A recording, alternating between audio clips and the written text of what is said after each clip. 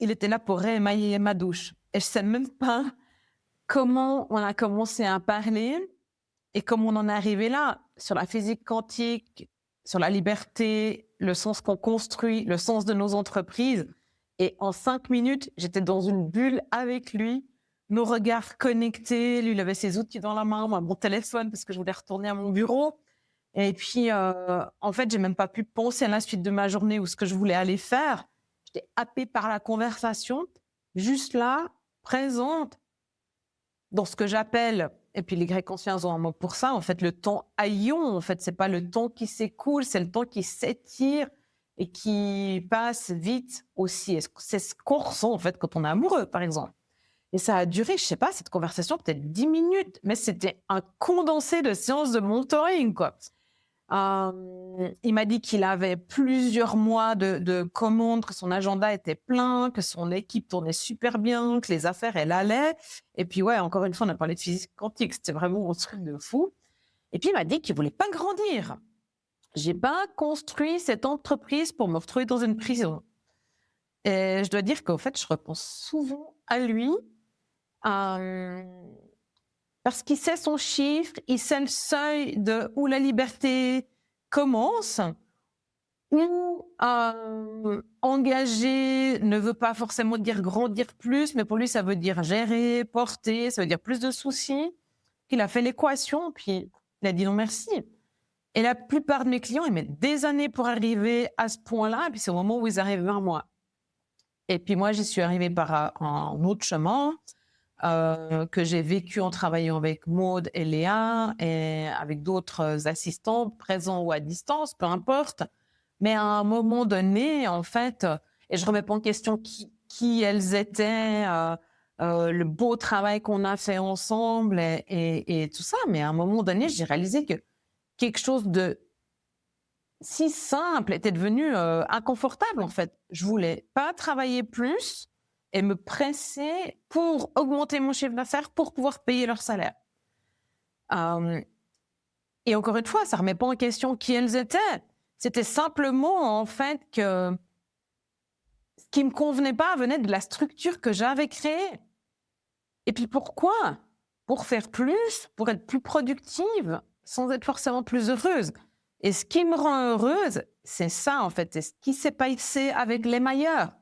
C'est ce temps en présence avec les gens, avec vous, avec ma famille, avec les clients que je reçois, pas forcément en présentiel, parce que l'espace de partage profond, il va au-delà de la présence.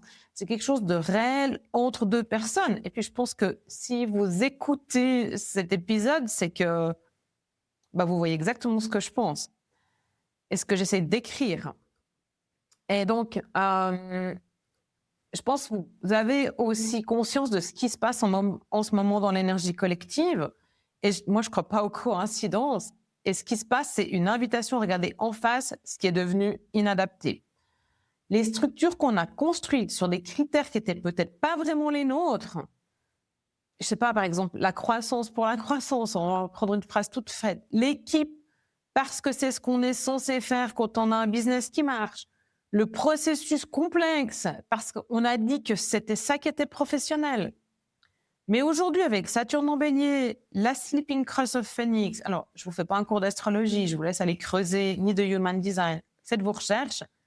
Mais si vous êtes sensible aussi, que c'est pas un hasard si autant d'entrepreneurs traversent en ce moment exactement ça, une sorte de grand ménage structural ou structurel, où simplement,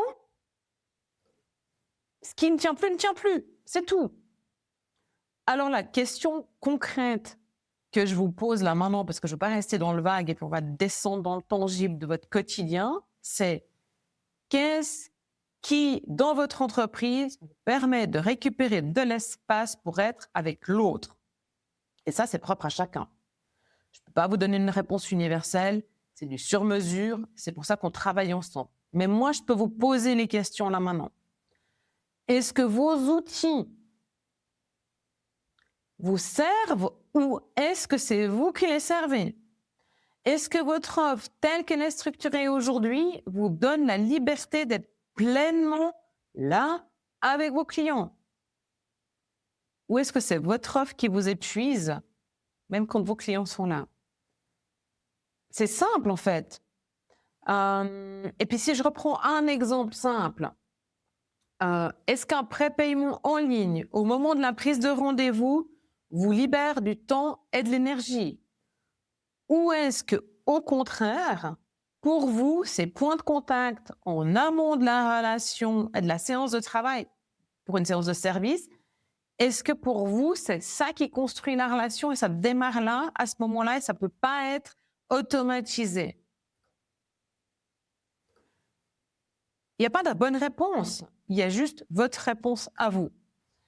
Depuis des mois, moi, j'entends simplifier, depuis novembre. Et c'est souvent juste, mais simplifier, ça ne veut pas dire la même chose pour tout le monde. Ça peut être simplifier vos outils, votre œuvre, vos processus, votre communication, votre organisation interne, votre organisation intérieure.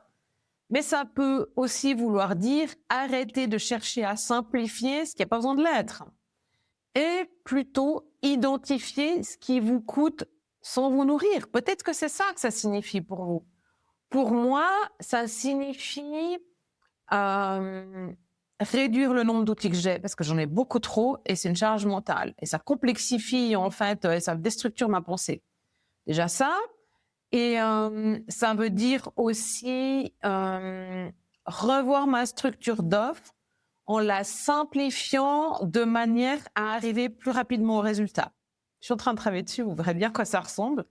Et d'arriver plus rapidement à un résultat qui est durable. Et c'est assez chaud de restructurer ça quand on travaille dans la transformation et qu'une grande partie de la transformation, elle n'est pas responsable de mon travail à moi. C'est chez vous. Donc voilà, je suis en train de travailler là-dessus. Mais le truc, c'est qu'aujourd'hui, face à l'émergence de la technologie, et puis celle-ci, elle ne va pas nous attendre pour continuer de grandir et de prendre beaucoup de place, ce qui va faire la différence et ce qui fera qu'on vous choisit encore, c'est l'humain, l'humanité, qui vous êtes, l'espace que vous savez créer. Exactement ce que j'ai vécu pendant ces 10 minutes avec les meilleurs. Et ça, il n'y a aucune IA ou technologie qui peut le remplacer. Cet espace-temps-là, il dépend uniquement de vous et de votre qualité de présence et de recevoir l'autre et de créer l'espace pour le recevoir. Et votre structure d'entreprise, elle est là pour servir ça, ou elle devrait être là pour servir ça. Et c'est pour ça que je vous pose cette question aujourd'hui. Si vous sentez que c'est le moment de regarder cette structure en face, vos offres, vos outils, ce qui vous libère ou vous alourdit, c'est exactement sur quoi on travaille ensemble en Power Week ou même dans une seule session. Il y aura même un Power Month tout bientôt. Mon livre fluide, Un trait de nouveau faire, que vous trouvez sur mon site, mais aussi sur Amazon, il peut aussi très bien vous soutenir pour ça. Et bien sûr, si vous voulez aller plus loin, vous savez très bien où me trouver.